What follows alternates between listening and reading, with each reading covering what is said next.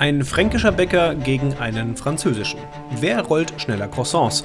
Zuerst zeigt der Franzose dem Franken seine Technik. Und die ist sehr präzise.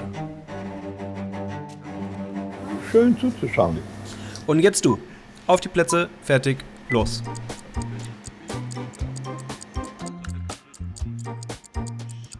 Die französische Variante erfordert Präzision.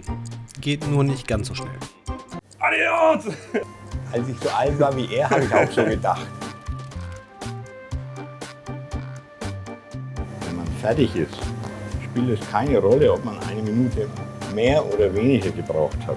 Naja, außer man ist gerade mitten in einer Challenge, in der es um Schnelligkeit geht.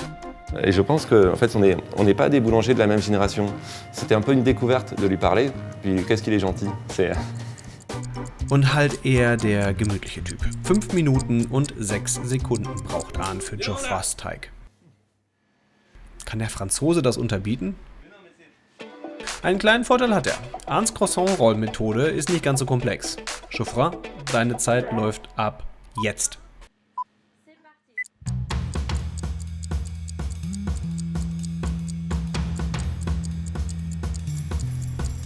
Sieht ganz so aus, als hätte den Franzosen der Ehrgeiz gepackt. So muss man es machen. Nicht lang rumfallen. Excuse me, like this. Don't take my time.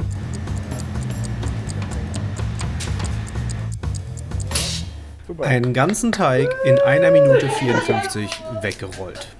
C'est une façon plus rapide de la faire, comme ça. Mais j'ai gagné quand même.